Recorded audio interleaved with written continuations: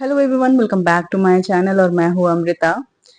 इस week Netflix का most awaited web series जो है वो रिलीज हो चुका है। वो है हेल बाउंड सीजन 2। इसका सीजन 1 ऑलरेडी आ चुका है और वो काफी ज्यादा हिट रहा था, लोगों को काफी पसंद आया था, इसलिए इंतजार भी हो रहा था इस शो का। मैं खुद बहुत बेसब्री से इंतजार कर रही थी।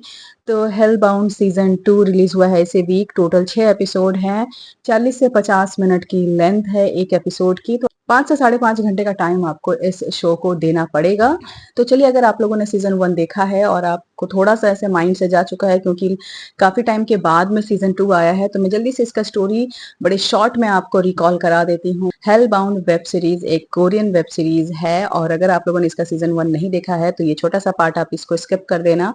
तो हेल बाउंड के सीजन 1 में जो स्टोरी हम लोगों ने देखी थी उसको शॉर्ट में अगर मैं बताऊं, तो कोरिया में अचानक मौत के देवता, मैं उसको कह सकती हूँ, क्योंकि बहुत क्लियर नहीं किया गया था कि वो कौन है और कहाँ से आते हैं। वो लोगों के कर्मों के अनुसार अचानक किसी के सामने ऐसे अपेयर हो जाते हैं, बताते हैं कि किस दिन उनकी मौत होगी। उनके कर्मों के आधार पर उन्हें नर्क भेजा जाएगा। तो वो टाइम एक बताते हैं, और वो टाइम 1 घंटे बाद का हो सकता है, 4 दिन बाद का हो सकता है, 2 हफ्ते बाद का हो सकता है, 10 साल बाद का भी हो सकता है। तो वो एक एक्यूरेट टाइम बताकर जाते हैं कि इस टाइम पर आपकी मौत होगी। ठीक उसी टाइम पर हो, 1 सेकंड का भी आगे पीछे नहीं होता है। और आते हैं नर्क से 3 जल्लाद, और वो 3 जल्लाद उस इंसान को बहुत बुरी तरह मारते हैं, उठाते हैं, पटकते हैं, तोड़ते फोड़ते हैं, और उसके बाद में उन्हें जलाकर, मतलब लिटरली एकदम बिल्कुल कोयला हो जाता है वो इंसान, बिल्कुल जलाकर उसे मार डालते हैं। तो ये होना स्टार्ट हुआ कोरिया में।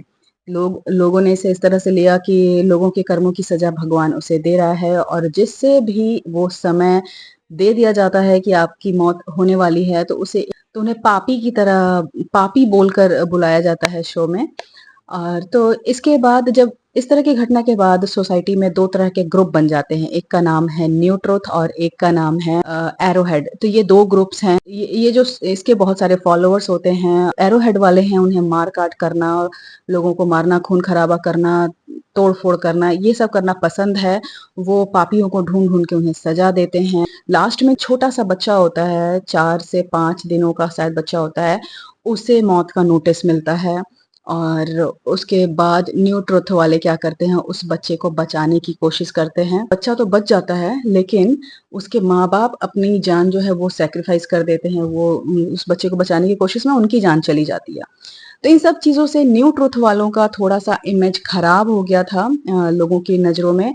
और एक और चीज़ बिल्कुल एंड में हुआ था, जिस वज़ह से व्यूअर्स के मन में बहुत ज़्यादा क्वेश्चंस, इवन मेरे मन में बहुत ज़्यादा क्वेश्चंस आ गए थे। बहुत ज़्यादा बेसब्री से मैं इंतज़ार कर रही थी सेकंड सीज़न का। वो ये था कि इसमें जिन लोगों को मौत की सज़ा हुई थी, उसमें एक जो मेन एक्ट्रेस हैं, जिनको भी मौत की सज़ा दी गई थी, उसे और पहली बार उनका ही लाइव डेमोंस्ट्रेशन हुआ था सबके सामने। वो बिल्कुल सीज़न 1 के लास्ट में ज़िंदा हो जाती हैं, रेज़रेक्टेड हो जाती हैं। तो ये क्या हुआ, किस लिए हुआ, किस बेसिस पे हुआ, नर्क क्या था, वहाँ जाकर क्या देखा, ये सब चीज़ें, क्वेश्चंस मन में जाग गए थे, इसीलिए सेकंड सीज़न का इंतज़ार हो रहा था। तो फाइनली सेकंड सीज़न आ गया है। तो चलिए, ये तो मैंने एक छोटा-सा रिकैप दे दिया आप लोगों को, और अब बात करते हैं सेकंड सीज़न का। तो चलो, ये तो था फर्स्ट सीज़न का एक छोटा-सा रिकैप, मैंने आपको दे दिया।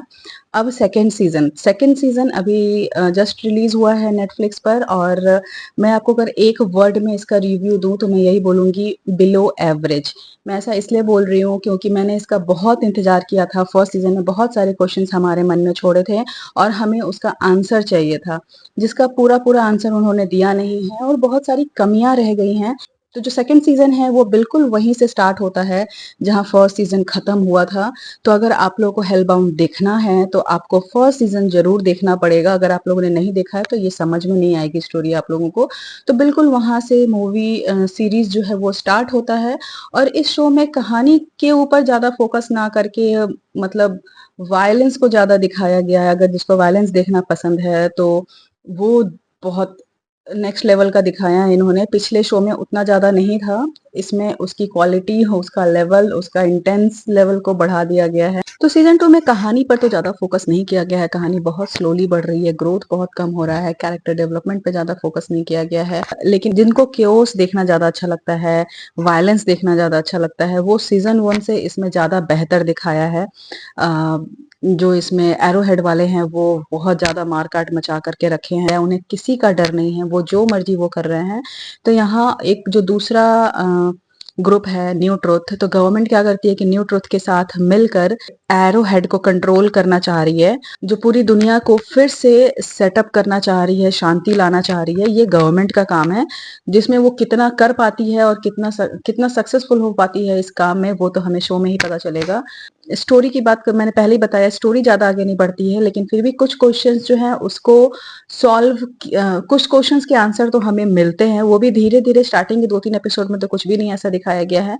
उसके बाद थोड़ा बहुत आपको आंसर्स मिले हैं, लेकिन कुछ क्वेश्चंस को वो थर्ड सीज़न के लिए छोड़ देते हैं और कुछ नए क्वेश्चंस भी आ जाते हैं जो आपको बिल्कुल लास्ट सीज़न में दिखता है, और उसको जानने के लिए आपको फिर थर्ड सीज़न का वेट करना पड़ेगा। अब मेरा इंटरेस्ट तो ऑलरेडी सीज़न 2 से ही बहुत नीचे चला गया है। अब आई डोंट नो कि मैं थर्ड सीज़न देखूँगी कि नहीं देखूँगी, वो बात की बात है। फिलहाल तो यहाँ ज़्यादा आपको क्वेश्चंस के आंसर नहीं मिल रहे हैं। और उसके बाद तीसरा जो पॉइंट है जो हमें डिसअपॉइंट करता है, वो है कैरेक्टर डेवलपमेंट। किसी भी कैरेक्टर के साथ में ना हम कनेक्शन नहीं एस्टेब्लिश कर पाते हैं, इसमें ज़्यादा फोकस ही नहीं किया है शो मेकर ने। कोई भी मर रहा है, जी रहा है, कुछ भी हो रहा है, हमें ज़्यादा फ़र्क नहीं पड़ रहा है, किसी से भी फ़र्क नहीं पड़ रहा है, कोई भी मरे। अब लास्ट क्वेश्चन ये आता है कि आपको ये शो देखना चाहिए कि नहीं देखना चाहिए? मैं आपको सजेस्ट यही करूँगी कि अगर आप लोगों ने सीज़न 1 देख लिया है ऑलरेडी, तो आप इसे देख सकते हैं। 6 घंटे का टाइम दे सकते हैं, लेकिन अगर आप लोगों ने सीज़न 1 नहीं देखा है, तो बिल्कुल शुरू से स्टार्ट करके सीज़न 2 तक आना, मुझे लगता है आपको सच बहुत ज़्यादा आपको टाइम देना पड़ेगा, और ज़्यादा कुछ आपको इस शो से मिलने वाला है नहीं, ज़्यादा उम्मीद आप मत रखो इस शो से।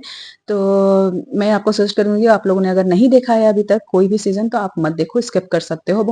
और अगर मैं इसको रेटिंग दूँ, तो मेरे लिए ये शो है 2.5 आउट ऑफ 5। और आप लोगों को ये शो कैसा लगा? तो अगर आप लोगों ने ऑलरेडी ये शो देख लिया है, तो आप लोग अपना ओपिनियन ज़रूर शेयर करना कमेंट बॉक्स में, और वीडियो पसंद आएगा तो प्लीज़ लाइक कर देना, चैनल को सब्सक्राइब कर देना। बहुत जल्दी मिलती हूँ मैं दूसरे रिव्यू के साथ। Till then bye.